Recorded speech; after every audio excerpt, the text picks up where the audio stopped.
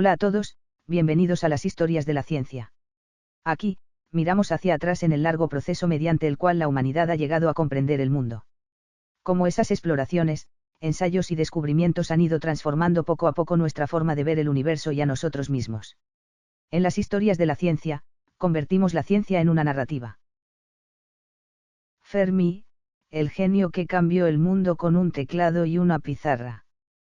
En 1901, un niño italiano nació en Roma. Su nombre, Enrico Fermi. Su padre era funcionario del ferrocarril. Su madre, profesora. Nada fuera de lo común, ¿verdad? Pero, nadie sabía que este niño cambiaría el curso de la historia. Él sería el primero en controlar el átomo y, por si fuera poco, dividiría al mundo en dos. El antes de la energía nuclear y el después de la energía nuclear. No llevaba capa ni era un superhéroe, pero sus manos podían partir un átomo en dos, incluso hacía que los átomos se dividieran por sí mismos. Suena a ciencia ficción, cierto, pero era la pura realidad, tan real que alguien lo llamó el hombre más peligroso de la era nuclear. Peligroso, lo entenderás en un momento, porque murió de cáncer de estómago a los 53 años. Que hacía en secreto bajo el gimnasio? No era un escondite ni un montón de piedras, era el primer reactor nuclear experimental de la humanidad. Desde pequeño, Fermi no era un niño común. Se dice que una vez, con su coche de carreras de cuerda casero, destrozó el gallinero del vecino. Las gallinas volaron por los aires. El vecino gritó y Fermi, pensativo, dijo: si las ruedas fueran más grandes, ¿qué pasaría? Una pregunta absurda, ¿no?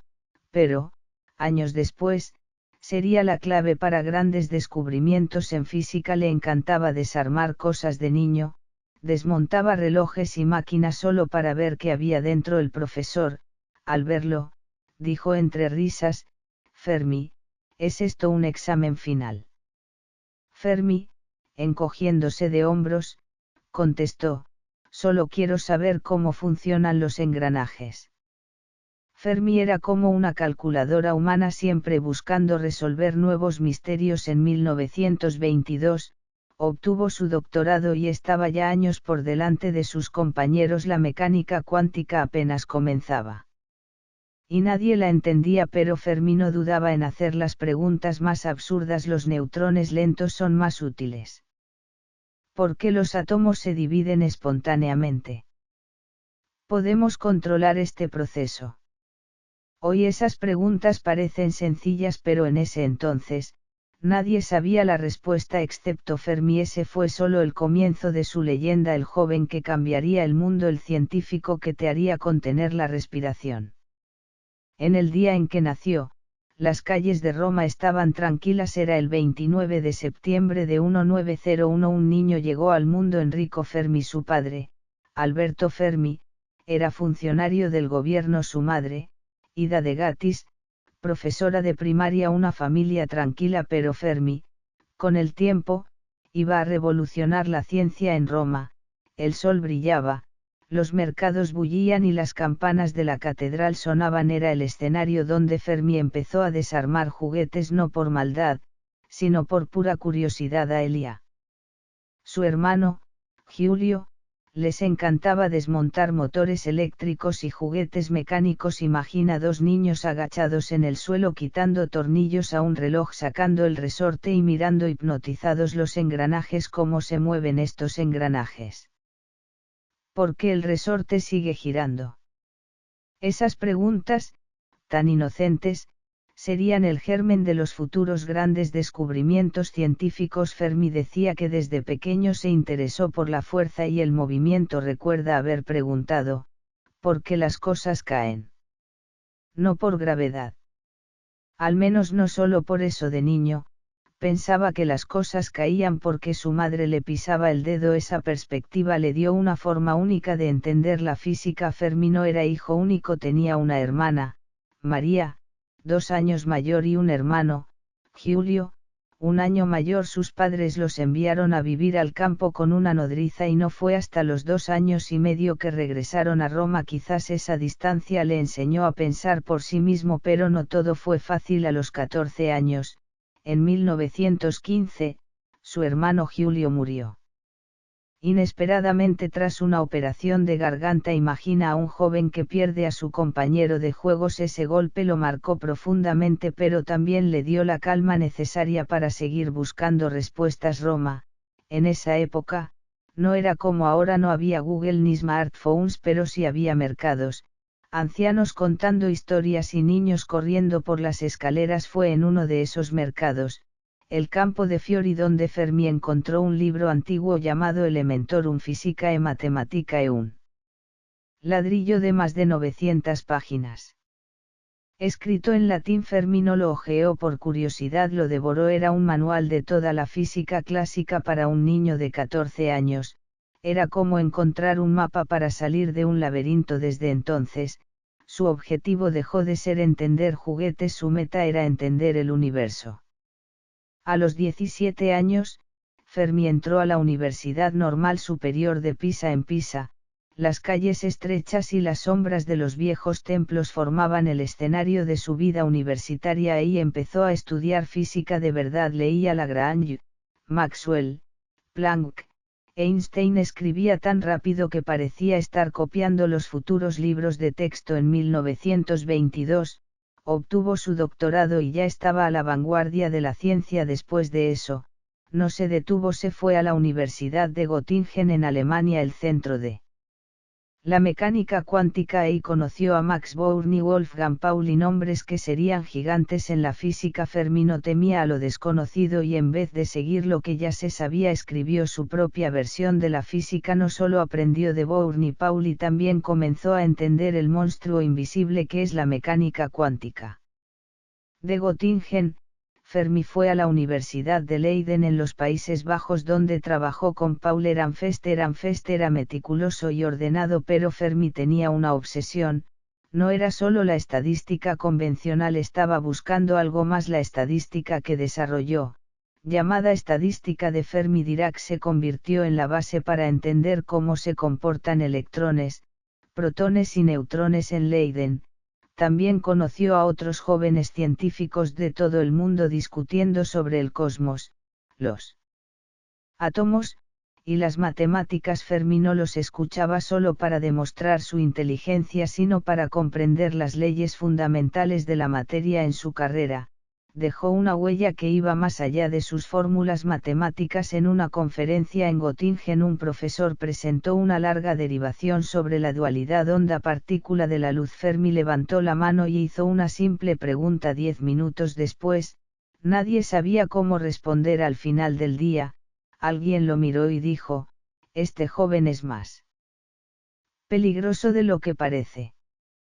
Fermi no era el tipo que solo memorizaba libros, era el tipo que los tiraba y escribía uno nuevo. Aprendió a hacer más que física, aprendió a hacer las preguntas correctas, preguntas que no podían ser respondidas de inmediato, pero que cambiaban para siempre la forma en que pensaba la gente, y esa fue solo la primera etapa de su viaje. Lo que cambiaría al mundo aún estaba por venir.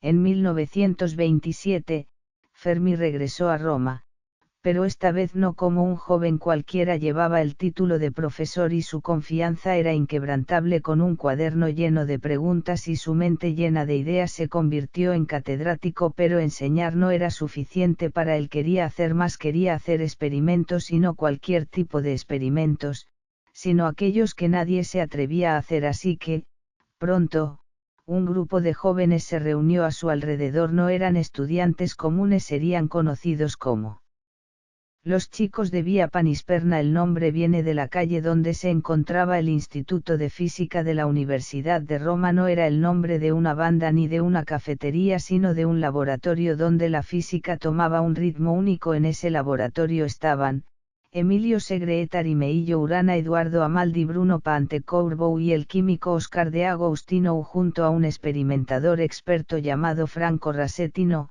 No formaban una banda de rock, pero el ritmo de su laboratorio no tenía nada que envidiarle al jazz. Fermi movía el origen de neutrones como un director de orquesta. Los demás, como músicos, usaban uranio, grafito y contadores Geiger como sus instrumentos. Cada día se sumergían entre tubos de ensayo.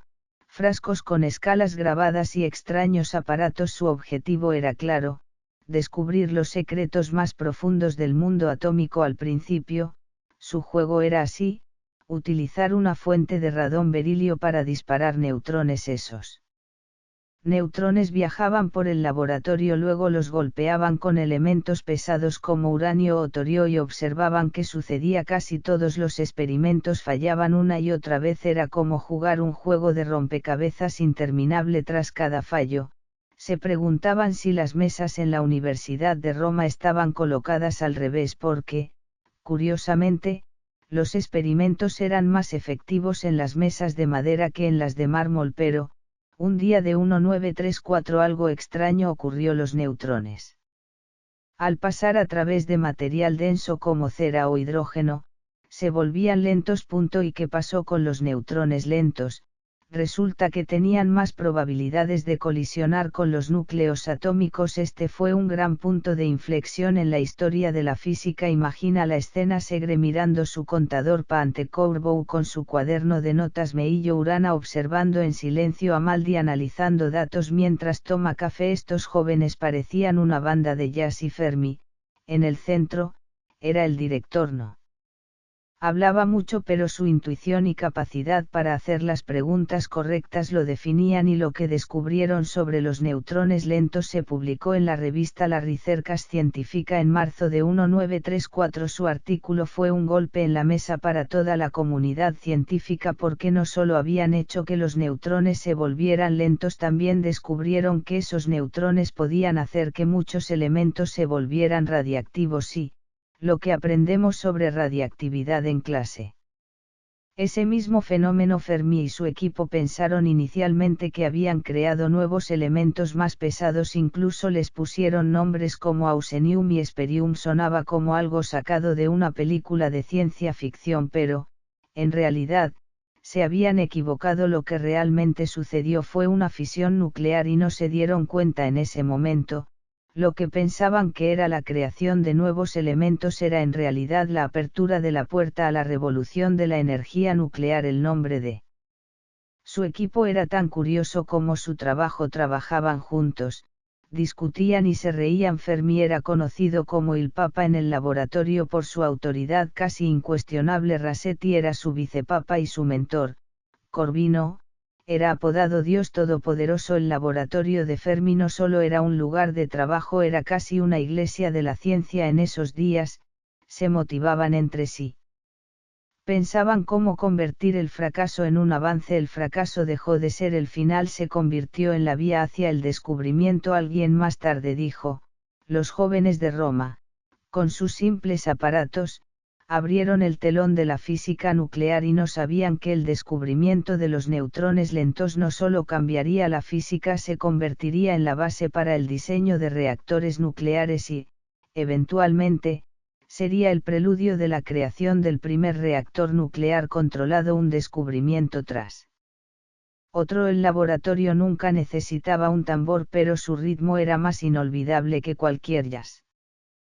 Cuando Fermi conoció a Laura Capon, nadie imaginaba que se convertiría en una historia de amor legendaria. Era Roma, 1928. Fermi tenía 26 años y Laura era una mujer inteligente, hermosa e independiente. Se cruzaron entre la multitud. No fue un encuentro romántico de película, pero hubo risas, conversaciones sinceras y una conexión profunda. No solo fueron pareja, sino los compañeros más reales el uno del otro. Laura entendía a Fermi no solo sus ecuaciones sino también sus silencios, y eso, en el mundo académico, no era común. Cuando se casaron, no tenían grandes riquezas. Fermi recién empezaba a ser reconocido como físico, pero creía firmemente en su futuro. Su boda fue sencilla, sin lujos ni fanfarrias. Era como el laboratorio de Fermi, directo, genuino y con un toque de ansiedad porque, en esos tiempos, la política en Europa se complicaba cada vez más. Muy pronto,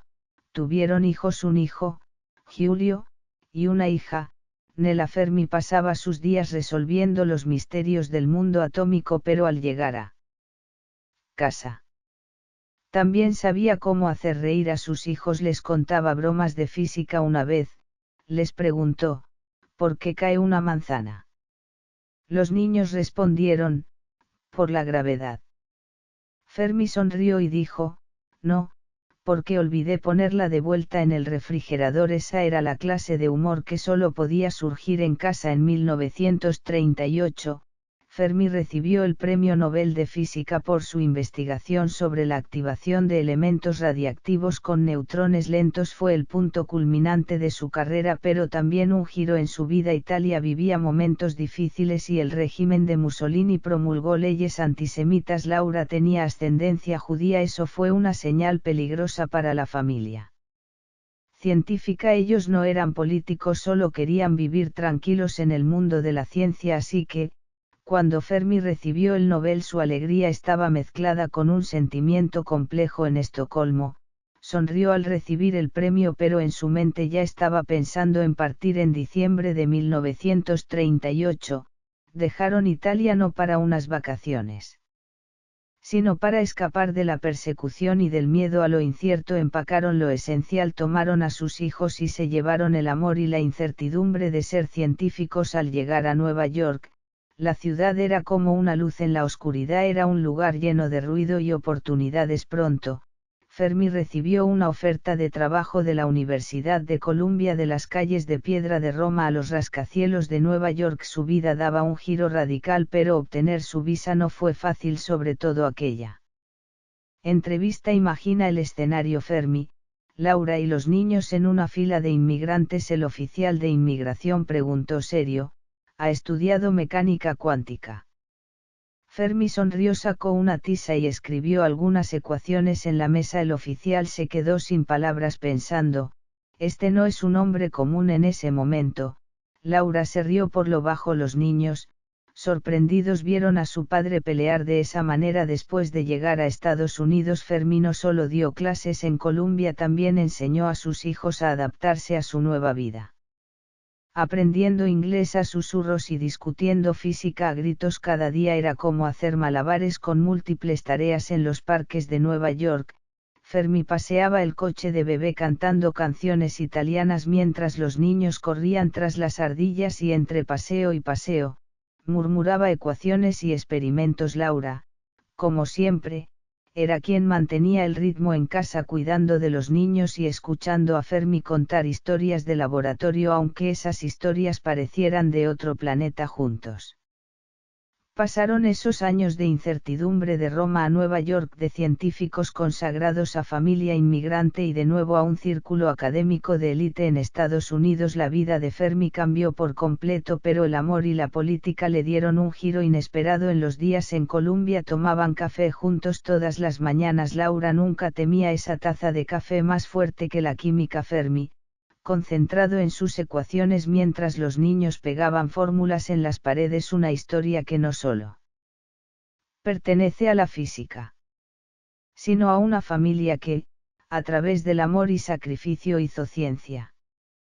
Antes de cumplir los 30 años, hizo un descubrimiento que cambiaría por completo la física. Era 1926. Fermi estaba frente a una pizarra, con la tiza en mano. La tiza era casi tan constante en su vida como el café. Mientras tanto, en Inglaterra, Paul Dirac estaba haciendo algo muy similar. Ambos, en lugares distintos, llegaron a la misma conclusión casi al mismo tiempo. Eso fue lo que se conocería más tarde como la estadística de Fermi-Dirac. No subestimes este nombre porque se convirtió en la clave para entender cómo los electrones se comportan dentro de la materia. Puedes pensar en ella como un conjunto de reglas sociales para las partículas. Algunas partículas odian las multitudes, no les gusta estar demasiado cerca de otras. A estas partículas se les dio un nombre bastante genial.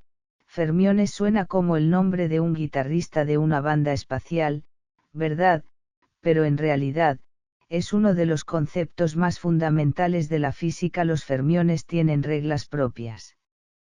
Cada nivel de energía solo puede albergar una partícula. Esto es lo que conocemos como el principio de exclusión de Pauli. En pocas palabras, si intentas meter a más gente en una habitación, Los fermiones te dirán no solo puede entrar uno a la vez, no pueden superponerse. Esto es muy distinto a los bosones. Los bosones son como una fiesta en un trampolín donde todos están bienvenidos para amontonarse. Seguro que cuando Fermi escuchó sobre estas dos estadísticas, se echó una risa. Decía que prefería el comportamiento educado de los fermiones, ese que hace que se alineen en una fila. Este descubrimiento no era solo un juego matemático, era la clave para entender el comportamiento de los electrones. ¿Sabes por qué los electrones giran alrededor del núcleo del átomo?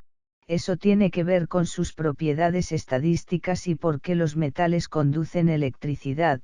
También está relacionado con la estadística de Fermi. Incluso tu computadora, tu teléfono y tus luces LED funcionan gracias a los fermiones y esta estadística. Imagina esto: cuando abres tu computadora, los electrones saltan de un lugar a otro, tienen sus propias reglas de fila como si siguieran las normas sociales que Fermi escribió. Sin estas estadísticas, no existiría la industria de los semiconductores que conocemos hoy. En 1927, Fermi escribió esta teoría en un artículo. No sabía cuánto impacto tendría, solo pensó que era una buena respuesta a una pregunta elegante, pero con el tiempo, el mundo de la física se dio cuenta, era la llave para entender los sólidos, los materiales, y el mundo de los electrones. Pronto, los científicos comenzaron a hablar de nivel de Fermi, temperatura de Fermi, y otras palabras por el estilo. Eso suena como tecnología de otro planeta, pero está justo detrás de los dispositivos electrónicos que usamos todos los días. Algunos dicen,